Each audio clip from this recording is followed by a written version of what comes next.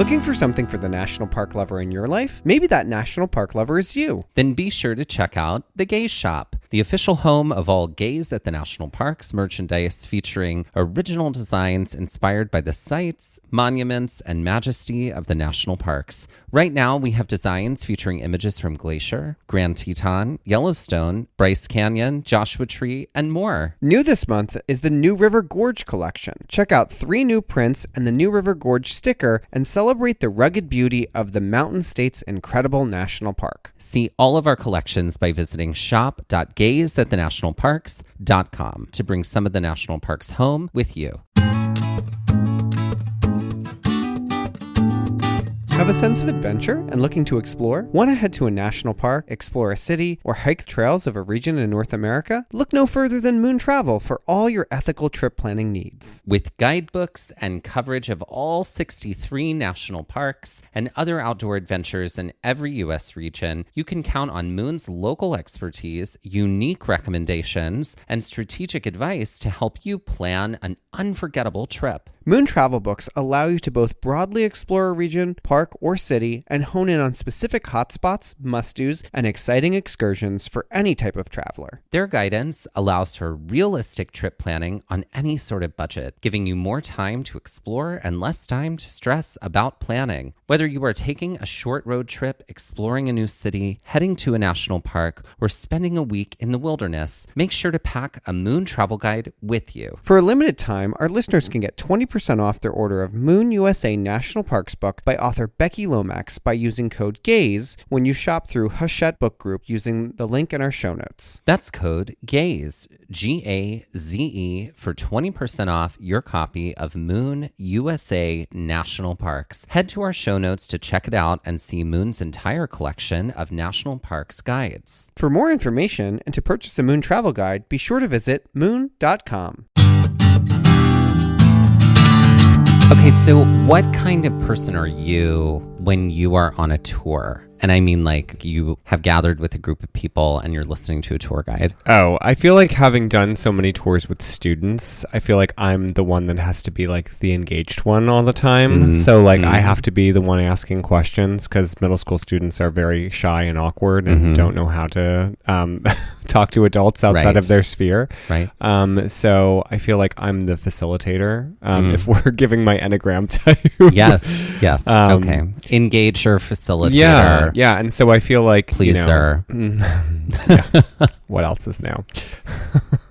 Please give me the gold star. But I feel like that is something that I do like on tours now too. I'm also like, it's out of curiosity. Just being a teacher, I don't want to have this person like flounder and like be like, does anybody have any questions? I'm like, oh, I'm going to ask a question because I know what it's like to do that and like have everybody just blankly stare at you. Yeah. I'm like, cool, I'm glad you were all listening. Right.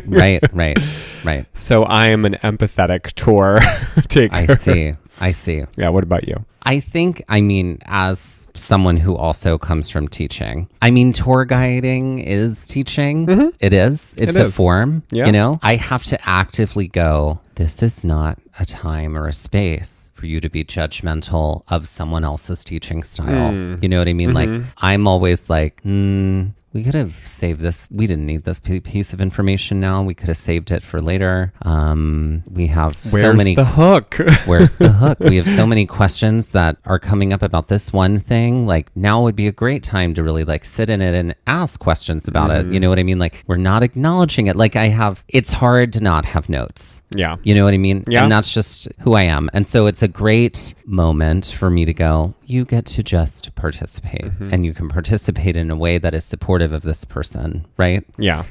Tours, we even talked about this with Emily and Megan recently on the trail mix with them.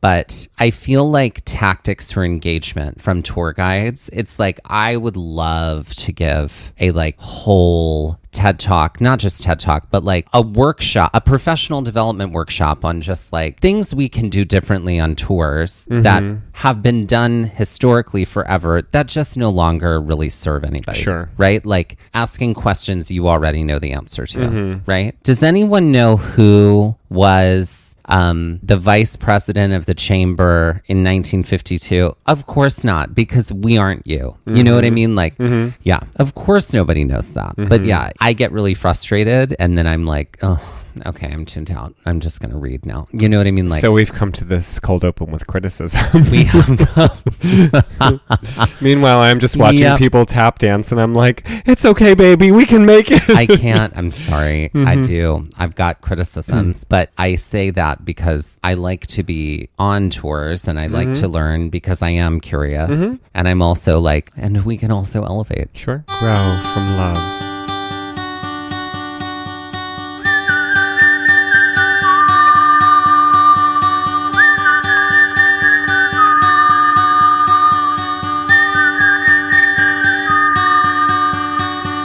Looking for adventure, I wanna follow on the trail, or get a little lost and let the wind fill my sails. Get up when the stars still fill the sky, don't wake the sun. There's so much to be done, and the day has just begun. Go where the postcards are real, you can feel, you can open your eyes and open your heart when you gaze at the national parks, at the national parks, at the national parks.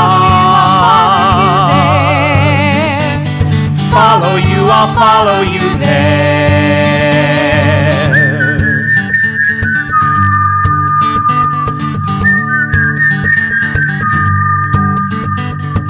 We would like to acknowledge that while hiking in Indiana Dunes National Park, that we are on the traditional and stolen lands of the Kickapoo, Peoria, Kaskaskia, Potawatomi, and Miamia people. Okay, so we finished the last episode. We had just finished up the 3 Dune Challenge. Right in the state park at Indiana Dunes. That's right. Yeah. Indiana Dunes State Park, which is nestled inside of Indiana Dunes National Park. Yes. And obviously, upon visit all of the Indiana Dunes Absolutely. State Park and National Park. Yes. But because we are gluttons for punishment, we decided that we wanted to do not 1, not 2, but 3 more things this day. Don't care how, I want it now. That's right. We're just sort of like, okay, we got time, let's go. Well, it was only like 11 o'clock.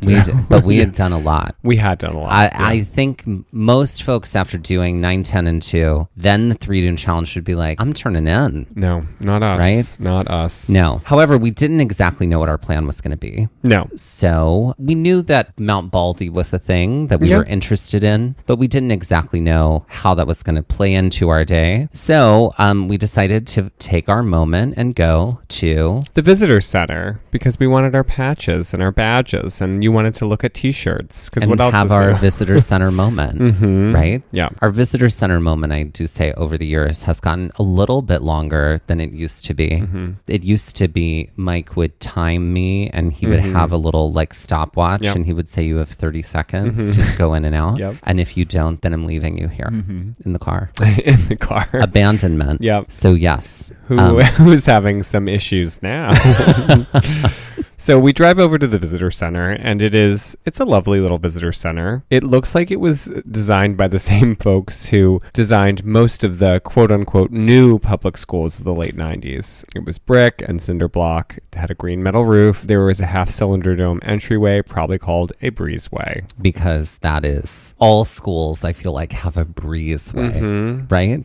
Isn't that a term that I always hear to school? Houses have breezeways, too. No, I've never heard of someone say it's in the breezeway. Well, if you have like a space, like a overhang that goes between your house and your garage, that's considered a breezeway, Oh, a beesway. stop. It is. That is an architectural term. It's not just for schools or public buildings. Please comment and let us know, everybody, if you have a home with a space that you regularly call breezeway. Well, I mean, some people do. I'm not disagreeing with you. I'm just saying it I have like you were disagreeing with me. only heard that term in like public school, maybe church, maybe business architecture settings.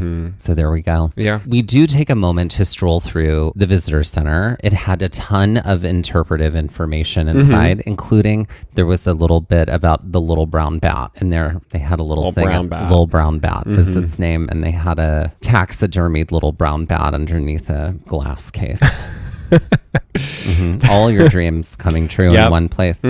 So I think it kind of makes sense that the architecture here is like so evocative of a school, because this is actually a proper education center. It's got a lot of rooms. It's got a lot of meeting rooms, a lot of halls, exhibit halls. A lot of breezeways.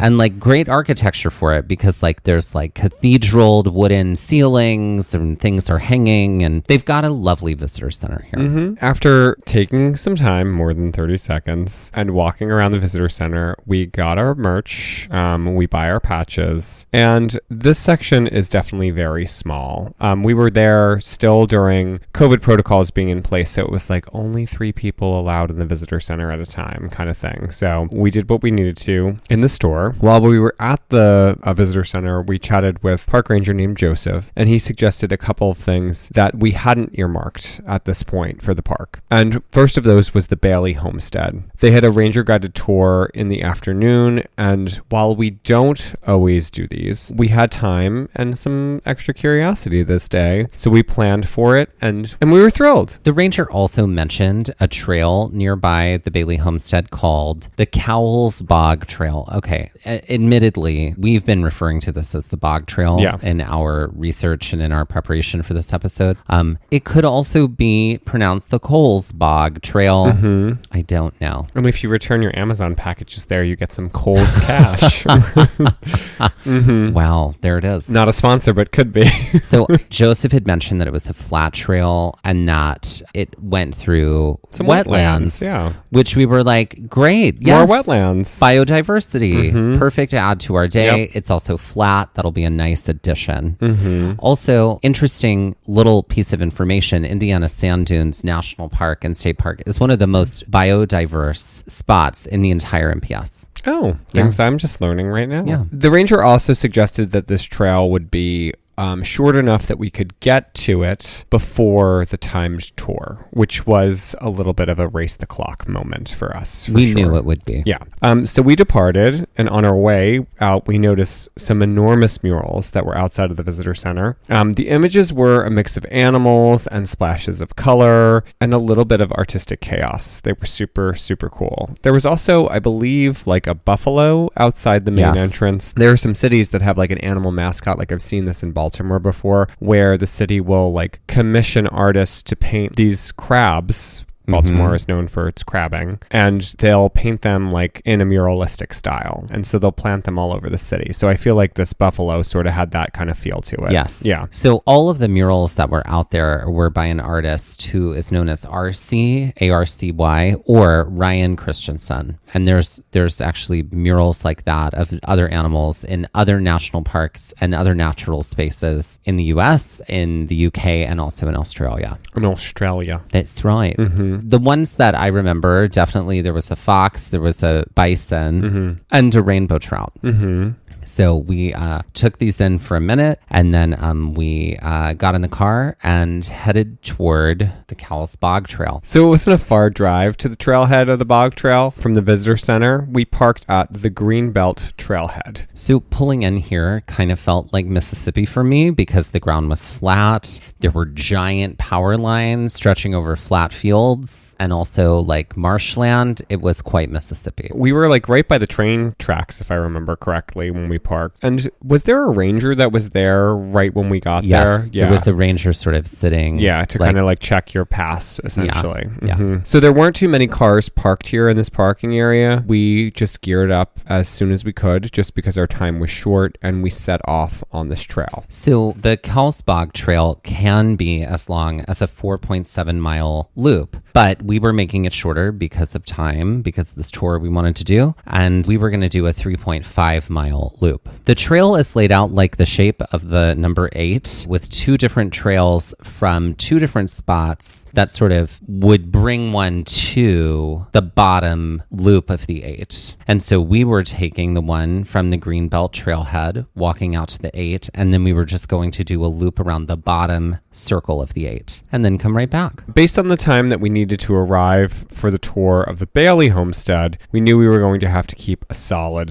pace on this trail. So this was like, it's rare that we've encountered a trail, I would say, in all of our journeyings where it's like we had a specific timeline where it was like, we got to dip. Obviously, if we're hiking in one park and then leaving for another park that day, typically we're like, we would like to leave at this time because the drive time, but this was like we firmly should be done by this time because it's going to take us this time to drive over to the Bailey and then go from there. So we had to be very mindful of that. So when we started the trail, it was kind of like a dirt path through a field. And at the very beginning, kind of almost felt like a dirt road with giant industrial power line structures to the left and fences around. And then there were also wetlands in the distance over to the right. I remember us talking at the time, we were like, these power lines are huge. Yeah, they were. And we were like, there was water on that side too. Yeah. The structure was into the sediment of the water, riverbed, lake and bed, so we talked a lot about like, I wonder if that power is being used to power Chicago. Yeah.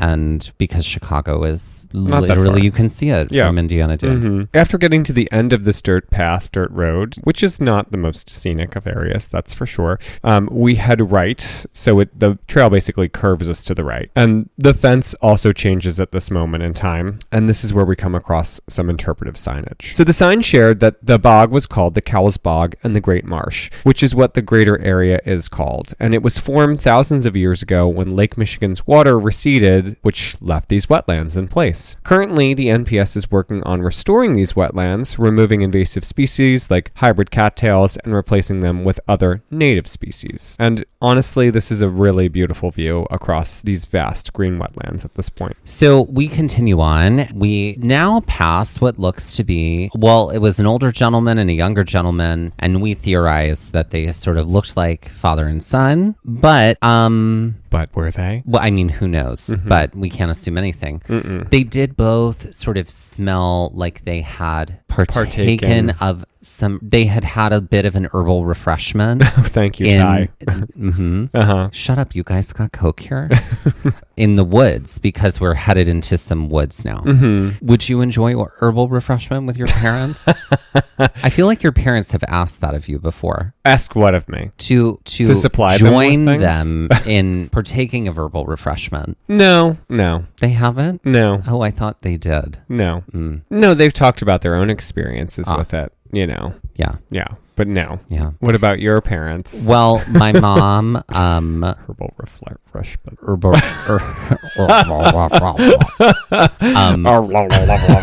That is what I did. My mom, she has had some in the form of consumables. Mm-hmm. And I love how delicate this whole conversation is. And yeah, I mean, the thing is, like, I think, you know, I certainly had given her some once because she was having trouble sleeping. Sure. And I was like, why don't you try this? You know? So yeah, she also has some like medical prescribed experience with it from like pain relief that she has dealt with. Yeah. So she's not totally unfamiliar, but like I wouldn't say that she herbally refreshes recreationally. Great.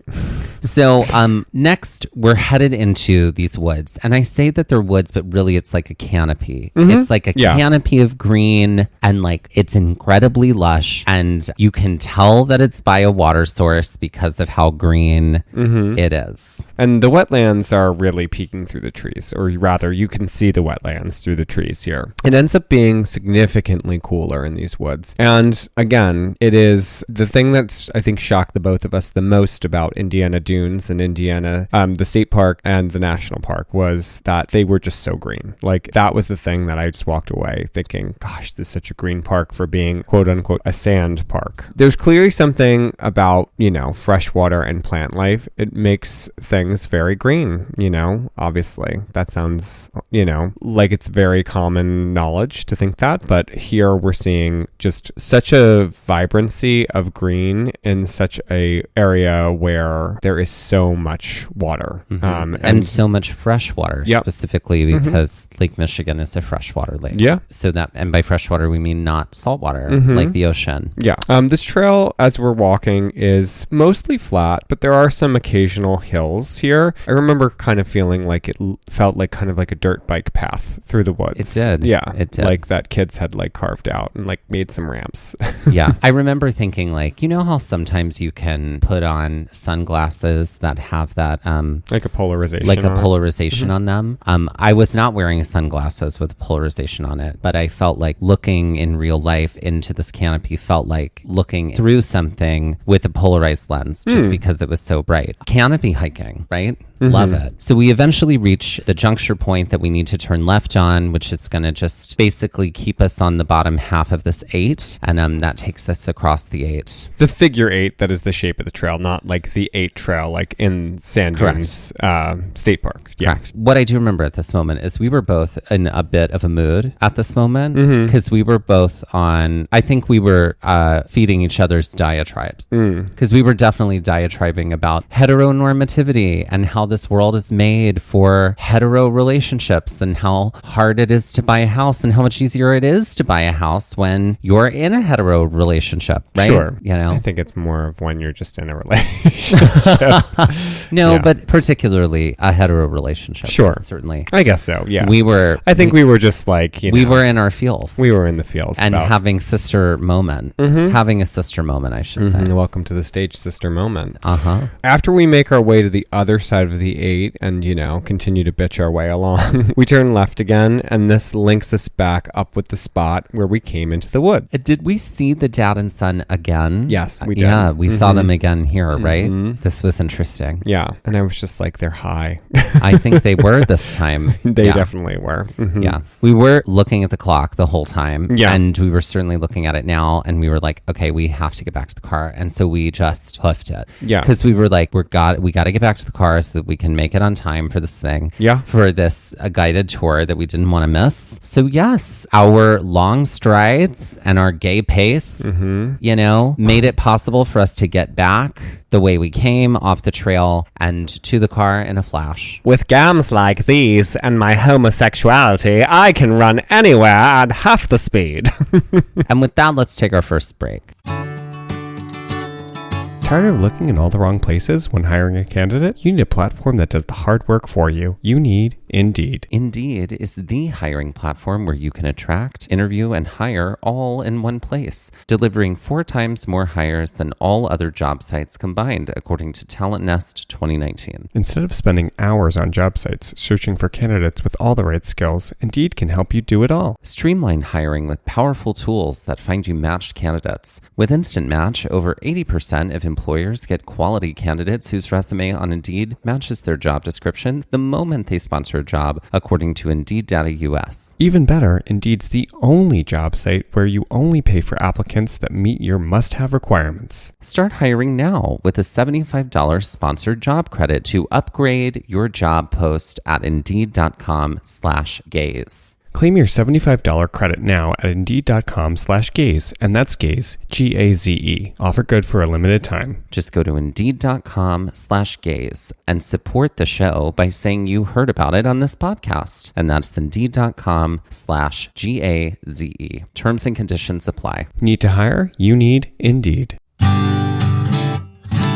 You know what that noise means? You should, because that's the best kind of notification. That's the sound of another sale on Shopify, and the moment another business dream becomes a reality. Shopify is the commerce platform revolutionizing millions of businesses worldwide. Whether you're selling uniquely designed tote bags, stickers, or hand-printed t-shirts, Shopify simplifies selling online and in person so you can focus on successfully growing your business. Shopify is packed with industry-leading tools ready to ignite your growth without having to learn any new skills in design or code. And not only that, thanks to 24/7 help and an extensive business course library, Shopify is there to support your success every step of the way. We know how much work goes into creating and managing an online shop. Shopify is streamlining this process for business owners. Shopify is here to take your online business to the next level, giving you a boost to help your business grow with confidence and pride. Now it's your turn to make managing and growing an online store even easier. Sign up for a $1 per month trial period at shopify.com/gaze, all lowercase. Go to shopify.com/gaze, that's Gaze, all lowercase, to take your business to the next level today. That's shopify.com/gaze. Possibility powered by Shopify.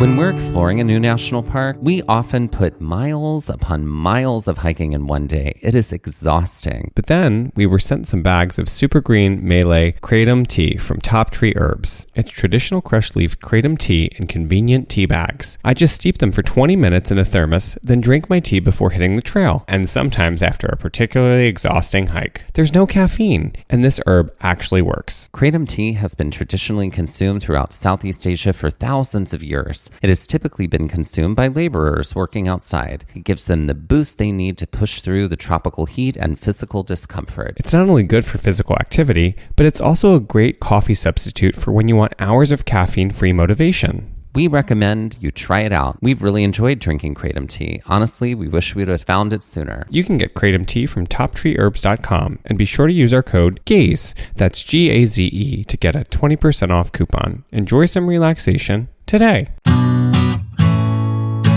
All right. It's moving. We're playing Montage Song. Mm-hmm. We actually haven't played this in a while. Yeah, we haven't. So it's not like what we usually say. Right. It's been a minute. Mm-hmm. So this game is about like your life is a movie, and you have to pick a moment. We've played a version of this on an episode where we said, okay, this sort of prologue to your life. What happens in the prologue, and then what song is playing while the prologue is happening. Go back and listen to all of our episodes and find that one if you want. I'm not sure which one it's on. But here is my offer to you. The moment is your first heartbreak. And I want you to choose the song, and feel free to describe the moment if you would like. You can describe the moment and then choose the song that plays as the actor who's playing you like walks away from this moment. Okay.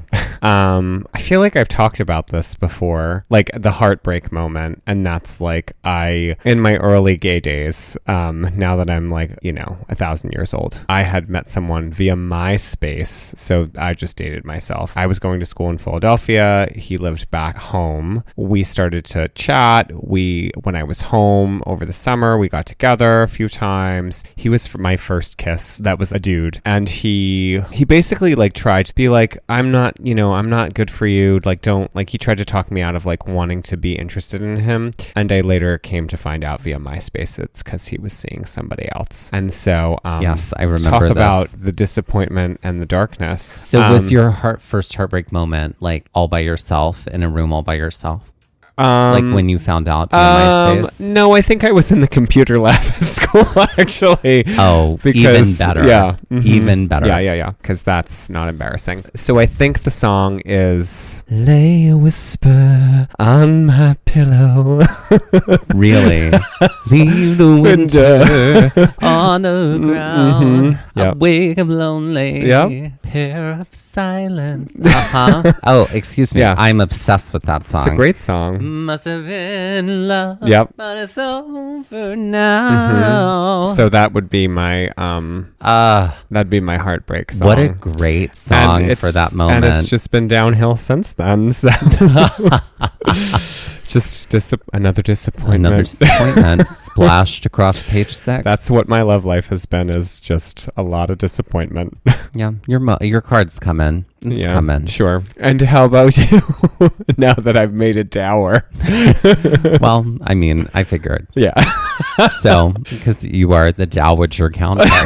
if there ever was one. It's true. Okay, my first heartbreak. Okay, okay, here we go. I can't believe. Okay, I had an experience. There were no women.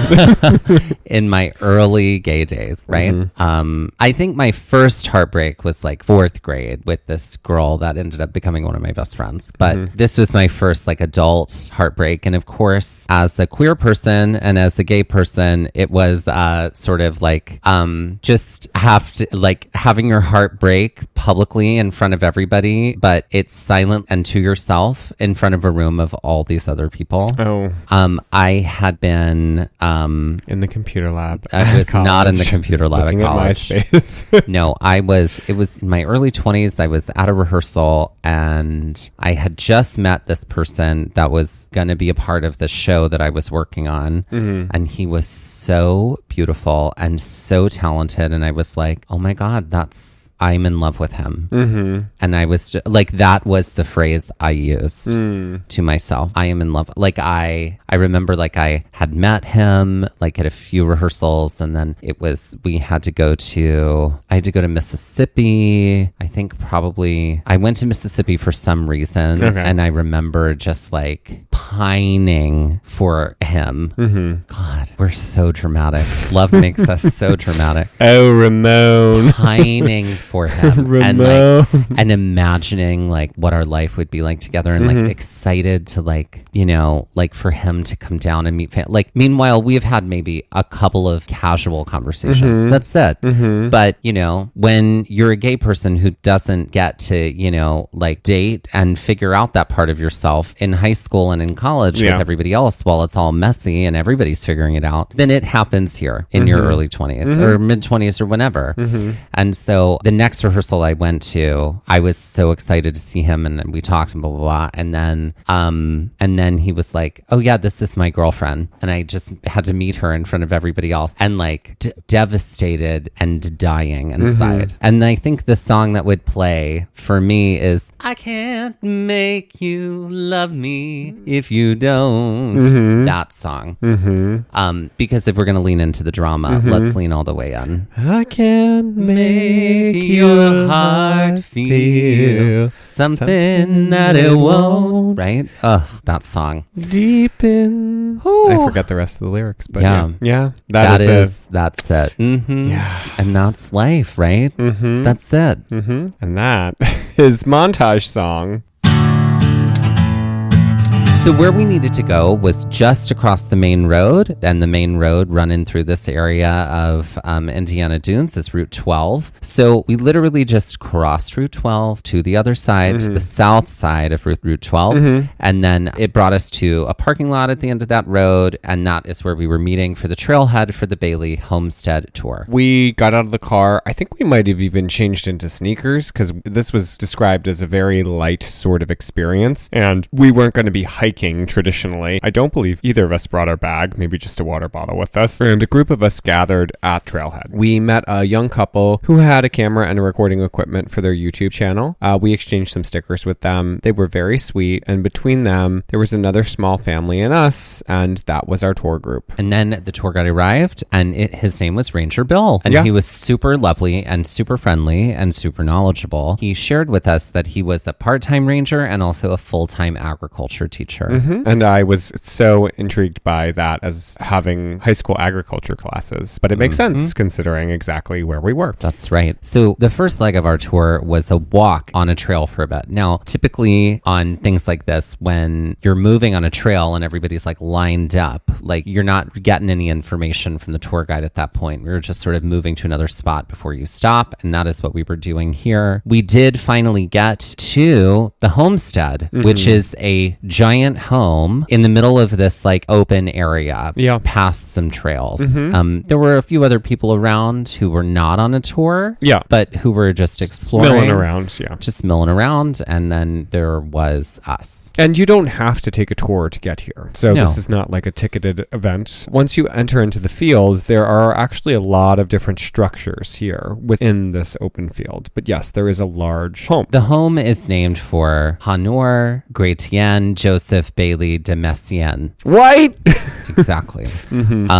This white fur trader who was one of the first white settlers to start developing the Calumet region, which is what this area is also known as. It served as a stopover for travelers and missionaries because, of course, we cannot have colonization without missionaries. Right. And Jesus. And was a stopover for those people traveling from Chicago to Detroit. It was optimally placed on these two trading trails, and it is now a national landmark. We stood here and we had some time to kind of take all of this in while Ranger Bill was also kind of illuminating us to the history of the house and the structures that were there at the site. He also gave us some time to kind of meander and look at everything that was in this kind of open area of the Bailey. There's definitely like the main house and then some structures to the side of it. There's sort of like a couple other things about and around, like a shed and like some smaller structures. Now, we could not go into the main house. And, you know, I found the design of the main house to be a little odd because I guess I was expecting something that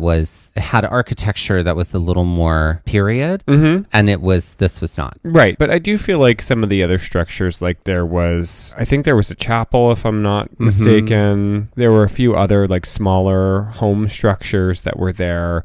They felt a little bit more dated. Those were more period. But yeah. This big house felt a little like could have also just been someone's house in the 1950s. It definitely had siding, bricks, stones. It also had gutters like for rain. Yeah. You know, so also Ranger Bill mentioned that recently the Secretary of the Interior, Deborah Holland, had come to visit Indiana Dunes National Park and actually saw the Bailly Homestead. When we were, had time to kind of mill around here, we also were able to like chat with Bill and kind of get some more information about just the park in general and a little bit more about what it was like, at the time. He did sort of give us an idea of what it would have been like to live in this area at the time. So he painted a portrait of, historically how people would have lived at this time, which I feel like if you're going into a historical site is worth mentioning, especially if there's not informational placards, After we left this area, it was time to move on to the next section of the tour, which was down a trail a little ways. So we have to all take a trail down, and then we eventually end up at this elevated cemetery burial area.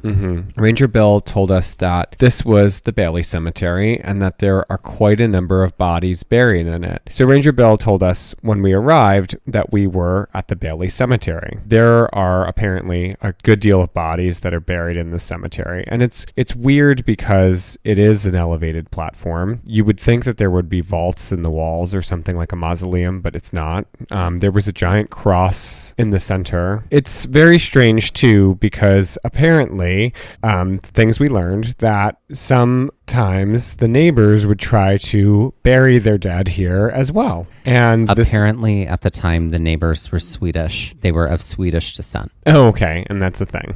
We bury your dead. The Swedish thing comes up again later. Oh, okay. So apparently they would try to bury their dead here. And this was like very much poo-pooed by Mrs. Bailey, who insisted that they stop. But apparently they didn't give a damn and they continued to do so anyway when she was out of town. She was the reason why they built this like limestone cinder block structure around this area. And like literally there's just like bodies in there, just like tons of bones. There's also like talk that it might also be on top of indigenous burial ground, but there's no way of really knowing because some of the bones have been exhumed, but they can't tell whose bones they are. Sure. So they've all been replaced there respectfully, but yeah. Yeah. So yeah, there's no way to confirm that. We did walk around the perimeter. It's big. It's a big structure. It's a really big structure. And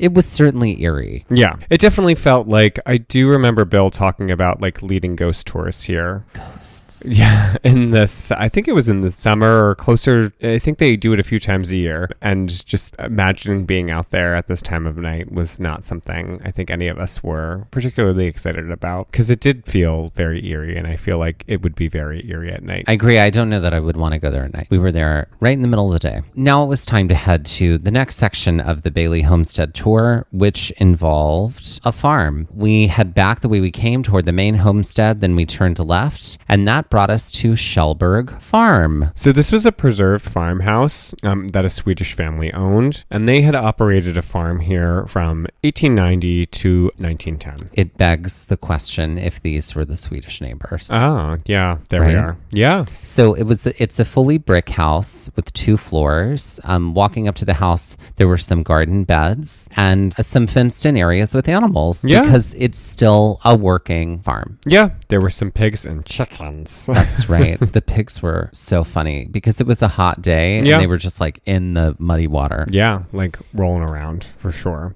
Pigging out. We did get to go inside the house. I feel like the ranger had to get a key, so we were able to go through a space that was not the front door. So we went through the back of the house, and he, talked a little bit about the house. We were really only able to walk in to the kitchen and then the living room area. There really wasn't anywhere else for us to go, but it did feel like a little bit more of a modern house than, again, I would have expected from, the farm running till, 1910. So yeah, I just was kind of, again, surprised at the feel of everything in there as well. So from here, we head on to the final leg of the trail, which was heading back toward the trailhead. Something else that we also want to mention while on this tour is that Ranger Bill told us we had stopped in the middle of the woods while we were on a walk around this area, and he told us about this thing called a direction tree. Mm-hmm.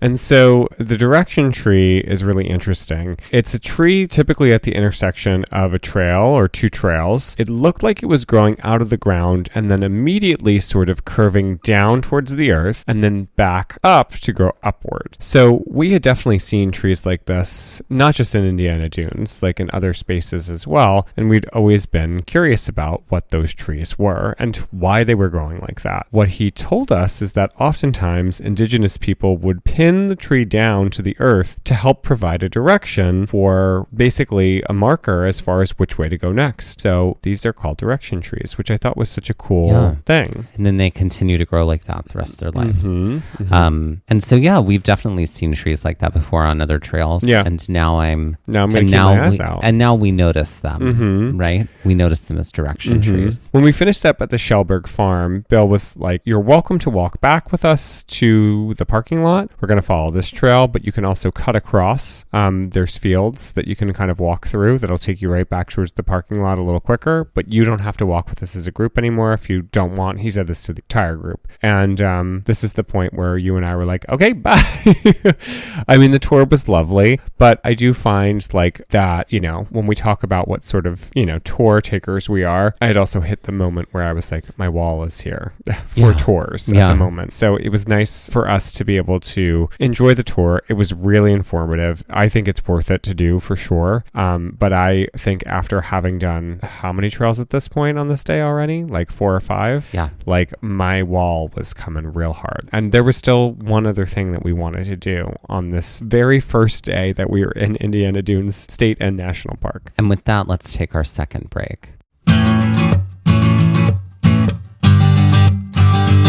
Ladies and gentlemen, please welcome to the stage Sailor Twift. God, I love a spoonerism. Sailor Twift. Okay. She's in the canon of Sailor Moon. You think? She is like the forgotten sailor. Oh, I see. I mean, all of those sailors she's like the Sailor Moon universe. Right. All those sailors were named after planets. That's right. So Twift. The Twift planet. The Twift planet. I mean, I feel like Taylor Swift has a planet. Oh, totally. For sure. She's like created fandom, her own planet on its own here. So she's Sailor Twift. Sailor Twift. And so does Sailor Twift only do Taylor Swift music or no? That's a great question. I mean, I would love for, okay, here's what I'm thinking. I think Sailor Twift is a little sci-fi and a little electronica and a little bit robotica. Does original music, but samples Taylor Swift music. You know what I mean? Yeah. In it. So it's like always a reference to Taylor Swift, but it's still iconically themselves.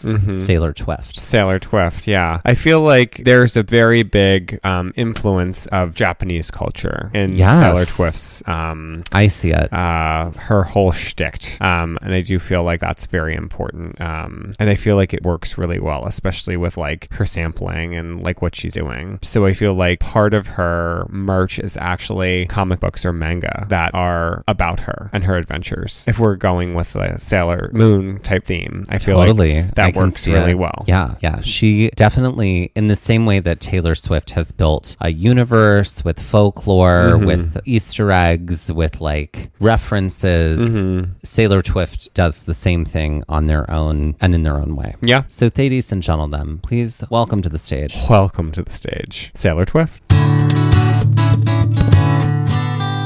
All right, so we're now on the third portion of this day. We've done quite a bit.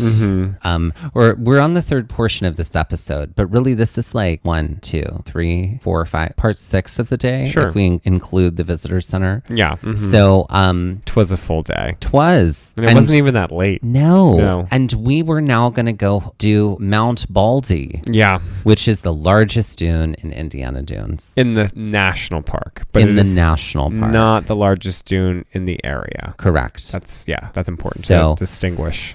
We had to drive about 20 minutes to the other side of the park to get to Mount Baldy. It was nice to sort of see the little like shops and little restaurants along the way here. We didn't have any time to trinket on this day. No, we were dead mostly tired. Because Mike said no. Yep, just a disappointed dad over here all the time. All the time. So we don't have the time or the money for that. You don't need any of that. That's what I hear. Yeah. Every time. Can we go in there? You don't need any of that. And you don't.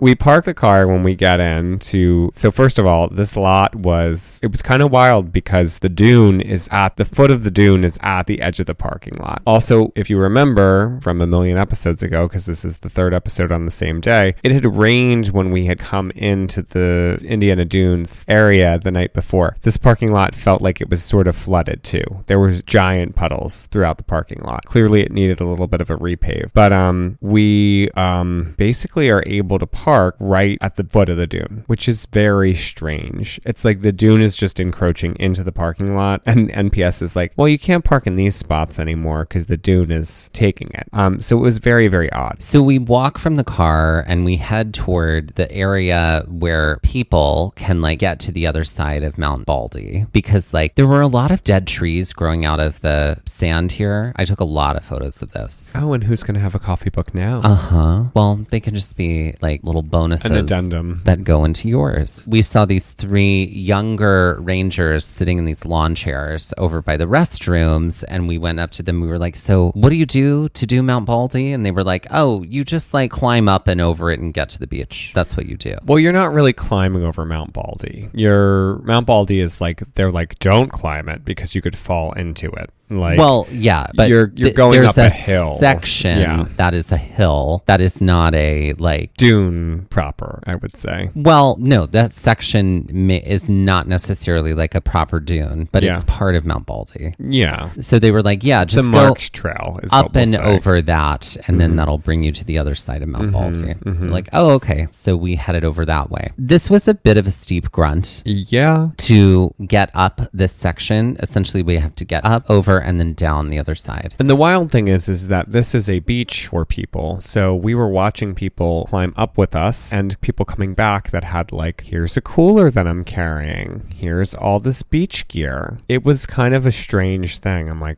I think I turned to you and I was like, I'm so glad that we're not doing that right now. For real. I think we were also tired, but this is, and I do remember it being described as quite a grunt to kind of get onto the beach and then up to, where you needed to go. And it certainly was. We grunted our way up We felt it the whole way. And then we got to this area that sort of was like a lookout area. Yeah. Where we could see all of the beach and we could see Lake Michigan and we could see Chicago over to one side and we could see the factories over on the other. Yeah. But we were also surrounded by trees and it was very tropical here. Yeah. Felt a little rainforesty. It was almost. wild. Very strange. Yes. And basically, in order to get to the beach, you have to go down a steep hill. So we're like, okay. Well, as we were climbing up the initial hill, we're like, well, this will be easy going back down. And then we get to the beach and it's like, damn it.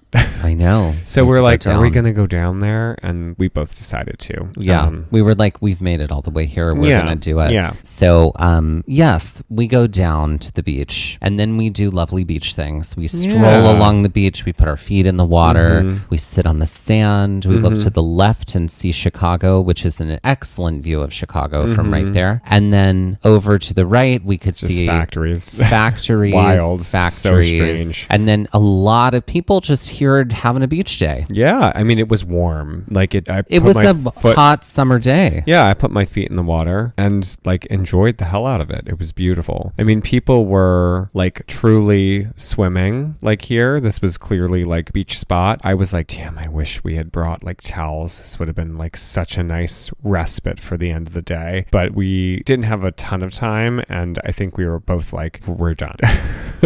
We wanted to sit for a little bit and then just enjoy. And we totally did. It was so nice to just know that this was the last thing we were doing and to be able to take it all in. And it was a beautiful day to be able to do that. So after spending a lovely moment here, we collected ourselves again and said, all right, we're going to head back. And then we had to go up, over, and down that section of, trail again in order to get back to the parking lot. We said hello again to the 3 young rangers. And you're like, rangers.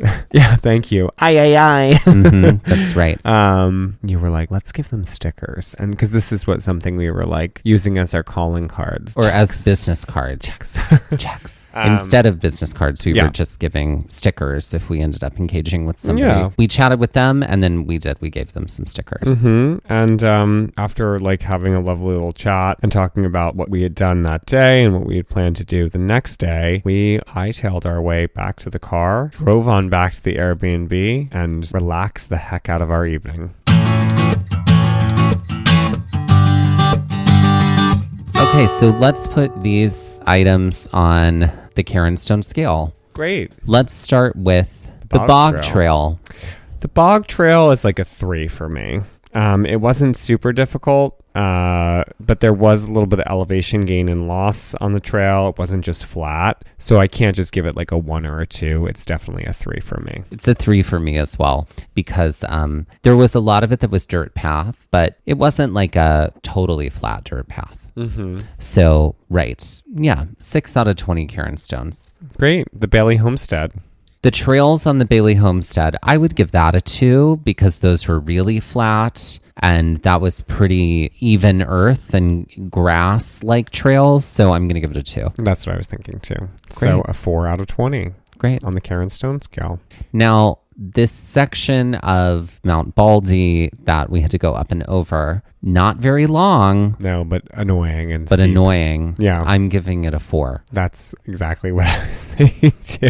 So, and our, mashup here. Let's be real. We're not usually that far away from each other. We aren't voting but for usually, Karen Stone. Usually it's like, one of us is a number off or 2 of one another. So, all right. So, yeah, 8 out of 20. And with that, let's end this episode with some Jeopardy-style trivia.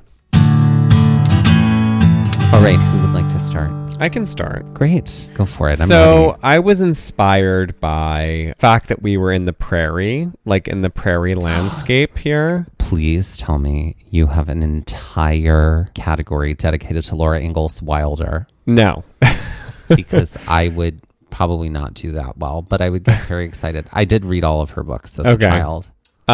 So I was thinking about the prairie and I was thinking what comes to mind first, and it's Prairie Home Companion is the first thing that pops into my head. Ah. But I don't really know much about Prairie Home Companion. So here's what I did. This game is called Prairie Home Companion Synonyms. So I'm going to describe, the clue will be 3 descriptors, all of which are synonyms for the words prairie, home, Got it. and companion. I'm ready. And you need to come up with the new title for this NPR show. Got it. I'm ready for this. All right, for 100. An important marshy space, a small rental dwelling, the name for a friend in Spanish. What is a wetlands flat compadre? I'll take it. I'll take it. I was looking for wetland apartment amigo. Oh, okay. Great. Great. For 200, a grassy plain in a subtropical region whose name also shares that of a Georgia city. An owned space that most likely has a homeowners association. Association. That was a Moira Rose if I ever did. Association. I'm a part of the Homeowners Association, David. Alexis, I can't meet with you now because I'm having my convening of the Homeowners Association. All right. A grassy plain in a subtropical region that also shares the name with a Georgia city, an owned space that most likely has a homeowners association, and a word for friend that sounds like it's what you throw in the water to attract sharks. What is Savannah house bait? No. What is a Savannah condo chum? Oh, chum. Yeah. Condo. Yeah. A house doesn't usually have a homeowners association. Not all. Yes, there are. I know many people who own homes, and there's a homeowners association. They're in a development, maybe. Yeah, that's what I'm saying. Yeah. Well, yeah. Okay. All right. Well, sorry. Okay. For 300, a flat raised landmass of the southwest U.S., a cozy woodland dwelling with a thatched roof, and someone who would fight beside you in battle. So is it a mesa cabin partner? Who is someone that would fight beside you in battle? Like your If fellow England soldier. and France Okay. So your and do cabins usually have thatched roofs? Then is it a mesa cottage ally? There you go. How to help you along. Great. All right, for 400, an arid landscape with very little rainfall, a log structure usually found in the woods, how I might describe a friend or ally in Russia. Well, I know it's a desert cabin, and I don't know the Russian word. What is comrade? Oh, comrade. What is a desert cabin comrade? And lastly, for 500, a large and sudden elevation of the earth which abruptly rises, oftentimes to points and ridges, a residence fit for a king, and how Australians describe their friends. What is a mountain castle mate? I'll take it. Mountain palace or mountain castle mate. Great. And that is Prairie Home Companion. I like it. Mm-hmm. Okay, so since the title of this episode is called Bog, Bailey, and Baldy, this entire category of Jeopardy is adjective, noun, verb. Great. But they all start with B's. Oh, okay. So it's all B so words. Strap in. Okay, for 100. A shy Hollywood starlet of family fame. And I'm going to say that again. A shy Hollywood starlet of family fame whilst window shopping. What is a bashful Barrymore browsing? That's right. For 200. A casual and indifferent classical dancer with a side bend in their knee. What is a blase ballerina bowing? Bowing? Not that. What is a blithe ballerina beveling? Beveling. Got it. Yeah. You know when you stand and then you just sort of like kick your knee in a little bit? You do that all the time. It's beveling. For 300, pants with way too much fabric blowing like a flag in the wind. What are bell bottoms billowing boldly? No, we were looking for baggy breeches billowing. Yeah. Great. Okay. I mean, bell bottoms billowing would have worked. Bell bottoms billowing works. Yeah. But if they were baggy. Braggy and baggy. And baggy. Mm-hmm. Baggy and braggy, bell bottoms billowing. Mm-hmm. Yeah, it works too. Mm-hmm. Okay, for 400, vampiric male livestock running directly toward you. What is blood-sucking bovines brampeding? Okay, you can get there heading straight toward you, full speed. What's the word we... Bull rushing.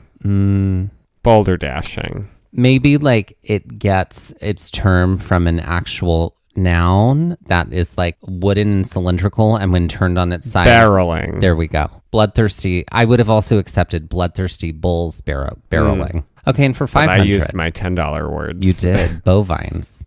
Okay, for 500, a strong and muscular pastry chef preparing to make bagels. What is a buff baker boiling? I will totally accept that. I would have also accepted a brawny baker boiling. Great. We had a three. Our categories were like in that they were all things of threes. In threes. Look at that. By the pricking of my thumb, something wicked this way comes.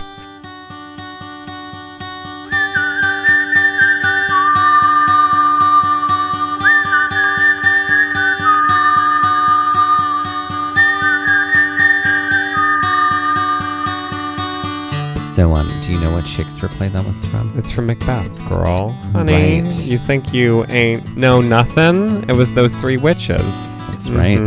Of all the Shakespeare plays I know you would know, it would be Macbeth. Because you're a little witch girl. Honey, welcome to my life. That's right. Speaking of that, this has been Gaze at the National Parks, the podcast, and we're here to remind you to witch early and witch often. Witches are always out there. I like how this took a weird turn at the end. It did. Gaze at the National Parks was created and is hosted by us, Dustin, Ballard. and Witch Michael.